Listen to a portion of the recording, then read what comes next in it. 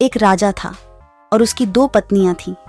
एक बहुत काली थी और एक बहुत गोरी थी। जो गोरी थी उसको अपने गोरेपन का बहुत घमंड था और जो काली थी वह बहुत भोली थी। उन दोनों में एक समानता थी कि उन दोनों को कोई संतान नहीं थी। राजा बहुत दुखी रहता था क्योंकि उसको लगता था कि मेरी भी कोई संतान होनी चाहिए। राजा अपनी दोनों पत्नियों से बहुत प्यार करता था, पर राजा की फेवरेट पत्नी गोरी वाली थी।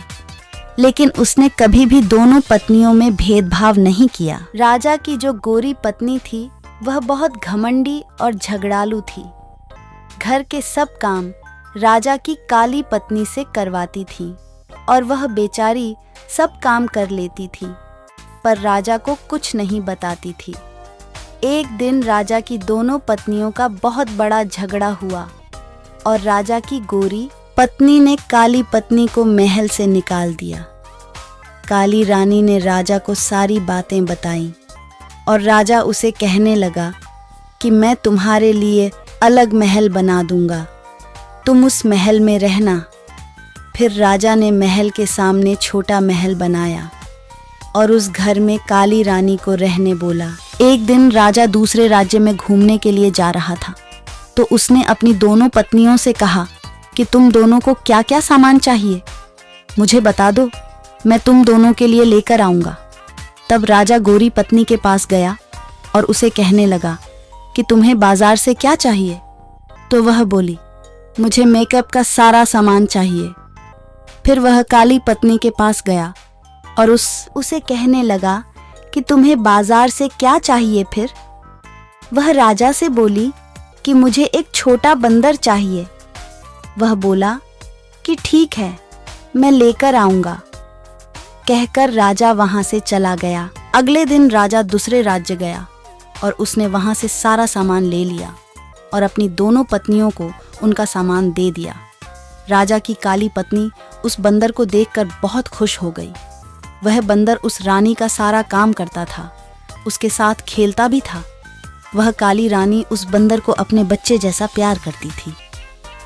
एक दिन अचानक काली रानी बहुत बीमार हुई, पर उसे देखने राजा नहीं आया। बंदर को बहुत गुस्सा आया और वह राजा के महल चला गया। राजा से कहने लगा कि मेरी माँ जैसी रानी को देखने आप क्यों नहीं आए? बंदर के डांटने के बाद अगले दिन राजा रानी को देखने के लिए घर आता है। दवाई और खाने पीने की चीजें देकर चला जाता है। वह रानी उस बंदर को बताती है कि मुझे संतान होनी चाहिए थी। वह बंदर उस रानी को बोलता है कि आप टेंशन मत लो, आपको संतान जरूर होगी। मैं भगवान से प्रार्थना अवश्य करूंगा। अगले दिन वह बंदर घर से गेहूं का आटा लेकर मंदिर जाता है और गेहूं के आटे को गूंथता है और उसमें 2 आंखें, 1 नाक, 2 हाथ, 2 पैर ऐसे बनाता है और भगवान से प्रार्थना करता है।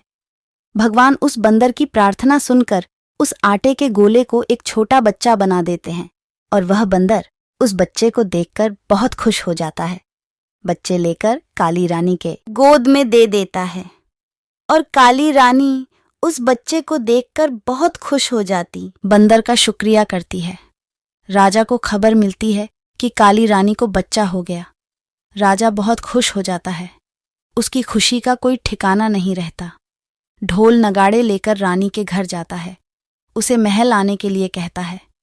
काली रानी खुशी से अपने बच्चे को लेकर महल जाती है और राजा उस गोरी रानी को घर से निकाल देता है और काली रानी को अपने पास रख लेते हैं। दोस्तों, इस कहानी से हमें यह सीख मिलती है कि कभी भी किसी बात का घमंड नहीं करना चाहिए।